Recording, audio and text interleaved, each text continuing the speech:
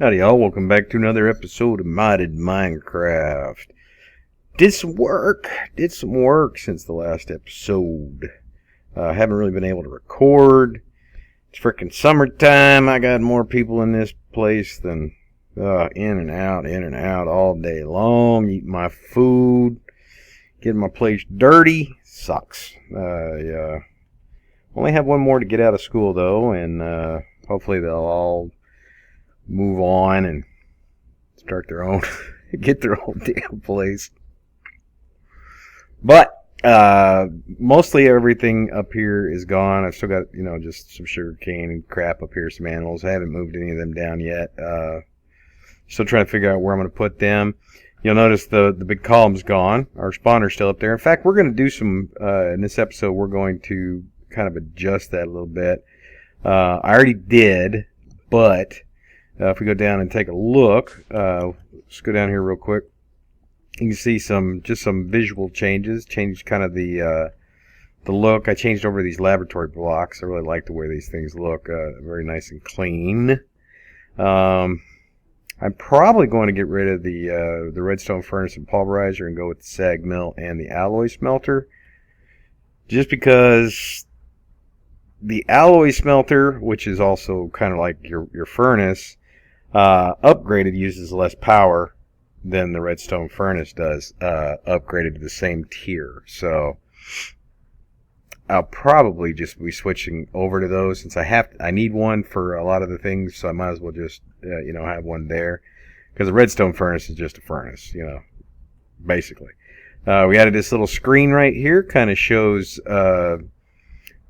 the Tesseract doesn't show anything. Unfortunately, it doesn't show any power for the Tesseract. But the Liquid XP was for me kind of keeping track of all the liquid experience we were getting and trying to convert it over.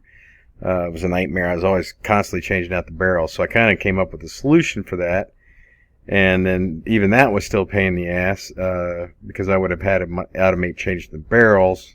So we went ahead and went with Bedrockian drums. I just got finished making the second one. That's why that's at 0%, because it's so big it's just not even registering it. Our power generation, like I said now, is 6 on each side. So we're producing almost 2,000 RF a tick with this little setup right here.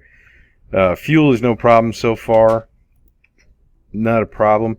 And we're also running an ender quarry now. I wanted to see, how much difference it would be. Now, it has caused a little bit of trouble because the ender quarry, I've got a silk touch upgrade on it because I don't want to. If I didn't want to get more out of my diamonds and stuff, I would have just stayed with the Buildcraft quarry. The only reason I went over to the ender quarry is because I have the ability to silk touch, and or later down the road when I have more resources and power, I'll be able to do fortune. So it's a little bit more convoluted now. Just like before, certain ores come down here. Ones that need to be pulverized and then cooked come down here. There's a filter on it to then send the ones like lapis, redstone, coal. The ones I don't really, getting 2 out of each one is better than nothing. I'm fine with that, so it goes over here. Diamond ore and things that I don't have in here are still going up just to the overflow chest. So it's working pretty well. I need to wait until this quarry stops though, so I can get in there and do a little reconfiguration. Because you'll see I'm getting a lot of crap in here I don't want. Like gravel, I'll probably just trash that. All this granite and marble and stuff, I don't ever use this stuff, so I don't want to store it. In fact, I wasn't paying attention and it overloaded this chest, and it was just completely full. Then I need to set up some rules for the dense ores. I forgot all about the dense ores when I set it up and started it, so I'll get all that corrected. Once this quarry stops, I'll make sure all the filters that are in line there have this stuff, so we can get that all. So this still a little work needs to be done up here. But what I was talking about as far as liquid experience, you know, I'm getting, all my farms are generating this liquid experience right now. And I was constantly having to change out barrels. That's why I have so many barrels around.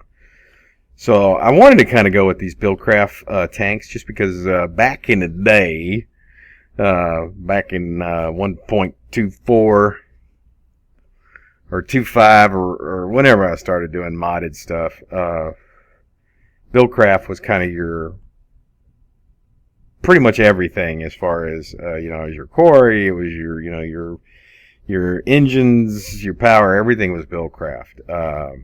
You know, this is pre laser assembly table days, you know. So I just always kind of like the looks of these things. I just remember having, you know, huge, massive refineries of stuff going in these big tanks. So I wanted to kind of put them in there. And they are functional. They're not just there for looks. They do actually store and pull stuff out. But what this was doing, and I don't really need to worry about it so much anymore because now we have a Bedrockium drum over here with tons of stuff. Oh, got to pause. Be right back. To continue where I left off, basically what we had when we were still dealing with the 256, what are these? 256 bucket drums before we went up to the 65, what is it, 650,000? 60, a lot more. It's a lot more. Man, I got myself caught. Yeah, sorry, right in the microphone.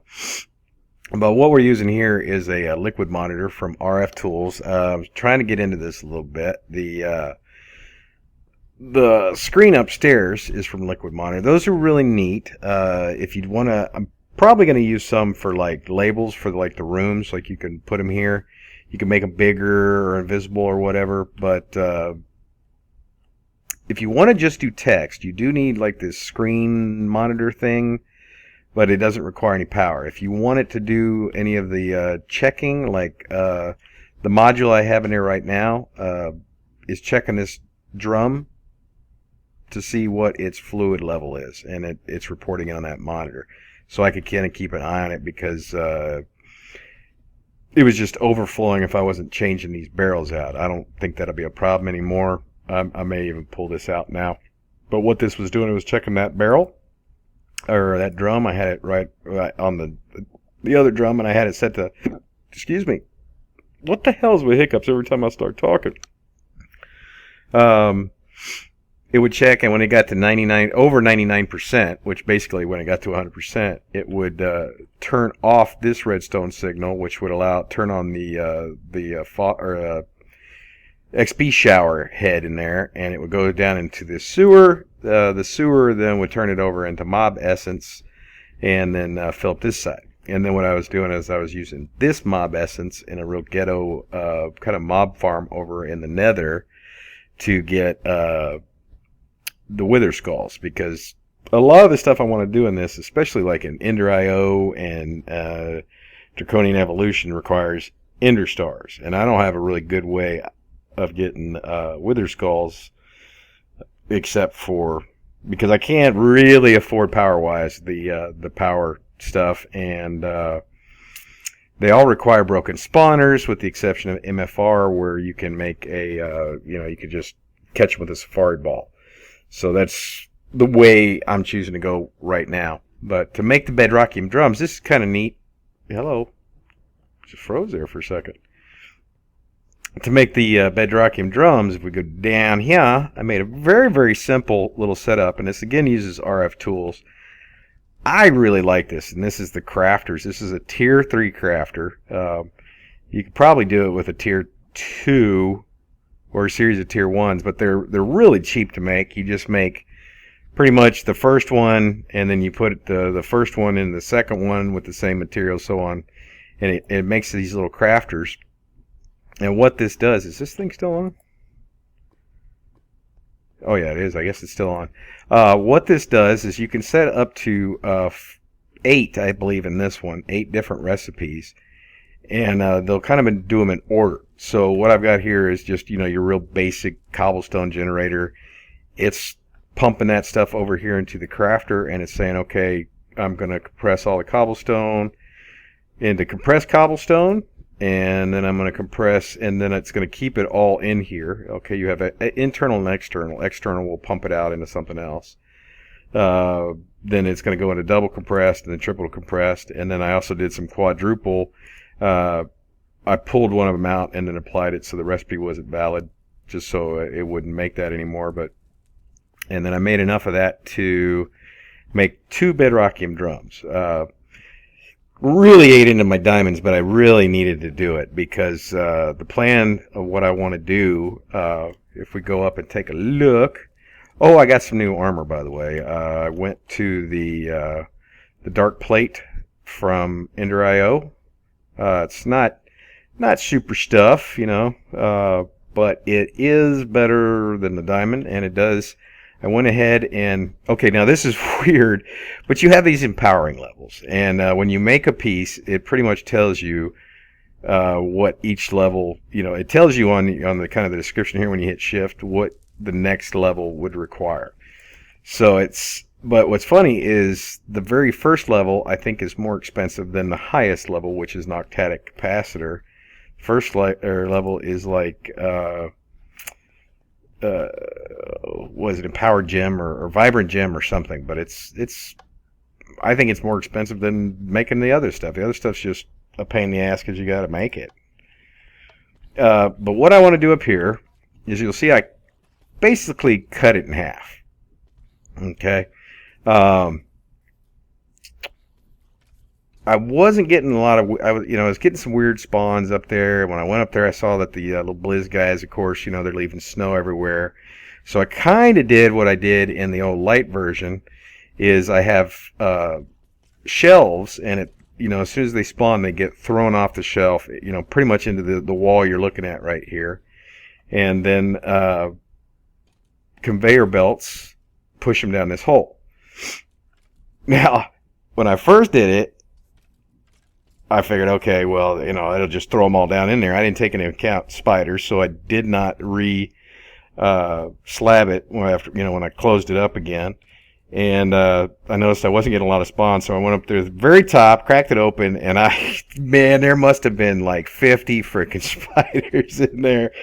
So I'm like, shit. So I went ahead and slabbed it, so you can kind of, this is where I kind of looked at it. Do I got my thing on? Yeah, okay. Alright, so you can kind of see where it's slabbed now. That keeps the spiders from spawning, and it's not bad. I mean, they come in, they go right down. But I'm not getting the return that I want as far as I needed XP, liquid XP, more than I needed mob essence to start, but now I need mob essence more than I need liquid XP. So the plan is about right here is where they're falling down that hole. So what I'm going to end up doing is I'm going to put 2 mob grinders right here, close off the fall, and then those 2 mob grinders will get me hopefully pretty decent mob essence as they build up in there. Hopefully better than converting it over from XP anyways. But I'm going to go get some stuff together, and well, actually I got a TV show I got to watch in about 5 minutes, season premiere and all that. But I'm going to get that all together, and when I have it, it's not going to be too hard. Like I said, just two mob grinders, going to power it with a Tesseract, and I'm probably not going to keep too much. I really don't need the ender pearls now. I have so many damn ender pearls. Because later I'll show you, because I kind of converted the ender into getting experience. Also, hopefully, I was hoping that with all that experience, it would really give me more mob essence. But I really think a mob grinder is the way to go, because in the past, where I've really relied on mob grinders or mob essence, mob grinders really are the way to go. I mean, it's like 100 essence per mob, so I think we'll do better that way than what it is right now. So let me get all that crap together and change a little stuff. We'll be back. And take 2. Let's remember to turn our microphone on this time. I ended up doing a lot more than I thought I was going to do with this thing. So let's kind of go take a look. But we'll look at the actual amounts later. But if we go up, you can see number one, it's bigger. I ended up putting it all together, letting it run for a while. I wasn't really happy with the amounts. I wanted a little bit more, so I added another level on here. So there's now actually 3 platforms on the inside. I don't know if, hopefully we'll be able to see. Let me see. Let me turn on night vision there, and we'll freeze the game. And you can see it actually works pretty good. They'll bulk up for just a second, and then when the work on both of the grinders gets going, it'll deal with everything that's in there. So we're doing pretty good now on essence. Now I've still got it slabbed. I don't want to mess with spiders. I figured this is a little bit better because it kind of gets them off those platforms out of the way, so maybe more will spawn. And I just really hate dealing with damn spiders because they do track you. So if I ever come up here, I think I've talked about it before in other series that I've done. Spiders have a weird kind of mechanic. Like if you're below them, they go above you. If you're below them, or if you're above them, they go below you. They're always trying to get position on you. So, and they will track you even though they can't see you. So, I just hate dealing with them. And there's other ways to get string in this, and I just don't need spider eyes enough to mess with them. So, I'm going to go ahead and leave it slabbed. So you can see there's the top platform right here, and then the second one, and then the one on the bottom. Of course, the newer stuff is all made out of stone because now I've got more stone than I do cobblestone. And since I do need cobblestone for some stuff, I didn't want to use, I've got 128 stacks, I guess. It's what I kind of keep that barrel set at. It voids anything else. But it's super easy to make if we need it really that bad. But don't want to waste it if I don't need to. And I've got stone from the quarry just coming in, and it's being voided if I don't use it anyways. So what we've got is, you can see there's 2 mob grinders right here. Those are the MFR mob grinders, recipes in there. They're being powered by the Tesseract from our little steam dynamo tower down there. Now, one of the things that I noticed, this was really going slow. That's actually kind of why I moved it down a little bit lower, to see if I could kind of group them up more. Is you've got to get these items out of here. The items, when it kills something, it's got to get items out of there or it slows it down. I did have transfer nodes on here originally. You've got to pull them. The problem with the transfer node transfer pipes is you've got to speed them up to pull out. Now, with the thermodynamics pipes, it's going to shoot out anyway, so it doesn't need that. So it just shoots it out at its own speed. So you can see how quickly things are getting thrown out of there. And the quicker you do that, the quicker these things will work. So if you have access to any other pipes, go ahead and use them. Because you can see this idle over here. The only time you'll see them group up in there is when they don't get a big group for a while. Then the idle will go all the way up and you have to wait for it to go back down. But like right now, it's just steadily killing. When you see it doing this, it's just steadily killing. It's just killing anything that's in front of it right now. Now the neat thing is I don't have to pump anything out of here. The liquids and everything just come out of this MFR stuff. So at the top here, we just have pipes that are taking the liquid experience out, or mob essence in this case. And it goes right into this ender tank, which goes back over to our experience conversion room, and goes into the bedrockian drums and tanks that are there. So this is real simple setup. Now right now I just have everything going into this chest. Eventually I will probably tie this into the sorting system. I'll just clear everything out of here, and the items that it's supposed to be collecting will be collected, and it'll be sent over where it's right now. It's just residuals from from all kinds of other stuff that were in here. But I'm getting tons of blizz rods. I just cleaned this out. There was 6 or 7 stacks of blizz rods and just a ton of ender pearls, which I don't really need now that I have over 800 stacks of ender pearls. I went from couldn't find one. Oh yeah, that's another thing. Now that I have ender pearls, those damn guys, endermen show up all the time. They are frickin' annoying. They keep popping into my base. Little jerks. I couldn't find them. I mean, I would go out at night after night after night and could not find one. So frickin' annoying. I hate endermen. I think they're almost attracted to the technology, maybe. But we've got it working. I'm kind of happy with it. We're up to, if we go down and look now, we're up to 25 million from, I think we were maybe just over a million when we split or stopped the video the last time. So it's quite a bit. Adding that third level to it not only was it a lot of fun, but it paid off. So what happens now is back behind here, you'll see there's an ender tank. That's where it comes in. Now I do pump things out, or I do have a Signalium servo, which is a pump basically pulling out of there, but I don't think I really need it. But I do have it there just in case. Because, I mean, I noticed stuff came out of there anyways, but better safe than sorry, and it's not that expensive. So it comes out of there and it fills all this stuff up and then goes into this ender tank, which goes...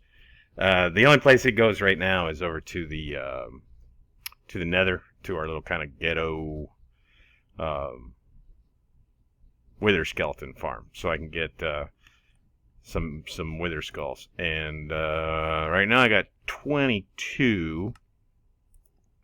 Got 22 of them right now, and so I have a few that I can make, because there's a few things that I want to do. The higher end stuff, doesn't matter what mod, they're all requiring nether stars just out of the wazoo. So Draconic evolution, pretty much everything, even the beginning stuff that I want to make is a nether star.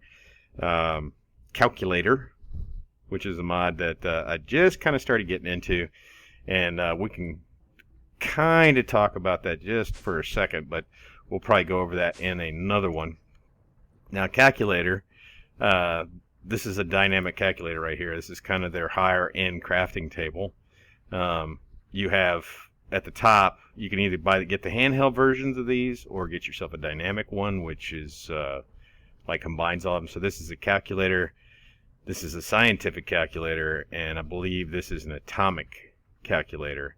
And then there's one more that is not in there, which is called the flawless calculator, which is right here. And these all do some neat stuff, which we'll get into in another episode. I'm still trying to figure it out. But it does add some neat multi-block stuff. This is just part of a multi-block. Right now it's just the barest of bare. There's some more things I can add to this to make it better. But it's kind of an energy collection system that you need to make certain things. It will allow you, at the cost of I think it's 10,000 of this LE, which I think is lightning energy. Because if we look at it, this will change. It'll say, okay, like 58 seconds. This thing is going to get struck by lightning in 58 seconds. Or, a minute. It's going to get hit by lightning, and it's going to jack this up. I think it's about 5,000 LE per lightning strike. And there's ways to increase your chances with that. So it's not really multi-block, but it takes multiple different blocks to be able to increase your chances. Now, I don't know if I can pull energy out of this yet. I haven't tried. But the calculator does have an energy-producing mechanic that I want to take a look at. But it's still a ways off, and I just don't have the power right now to mess with that and run a quarry. So as soon as this quarry's done, I'll probably start messing around a little bit with that. So we've got our mob essence kind of where I'm comfortable with it now. You know, I don't even need to go down there. I can look at how much is it. Right here on our information screen. I can kind of take a look and see now that I can go over there if I need to collect some more wither skulls and get those if I need them. So probably next episode I'm gonna either get into calculator a little bit more.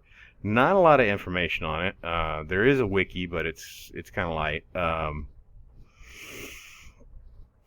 One of the things that it does have is a diamond tree. Where is it? Is it even in here? Yeah, right here. Diamond sapling. Which I would like to make. And you need the flawless calculator for this. This is why I have it. But it is a little high end because to make it, you need an N diamond, which requires an electric diamond. And if we look at that, it requires a fire diamond. And to make that, you need 2 diamonds and a blaze rod. So, you know, each step is multiple steps. And I don't know if I cut one down, if I'll get 2. But even if I just get 1, you know, if I have a tree that I can harvest diamonds off of, that's cool with me. Because that is, you know, the biggest pain in my ass right now. Because those are my diamonds right there. That's how many diamonds I've got. You know, I wish I could turn copper into diamonds. I got so much damn copper. It's sick. You see all those blaze rods I pulled. 15 stacks of blaze rods I pulled out of there. So, appreciate you guys coming by. I know this was a little bit more of a talky episode, but we're going to get into probably calculator or make some Draconic stuff. I know Draconic's not really tech. I thought it was just because of the power system that it has. But it does have some neat stuff. It's in the pack. I'm not taking it out now because it'll screw up my world gen with a bunch of holes. So it's here and it's staying. So I appreciate you guys coming by. And until next time, I will see y'all later.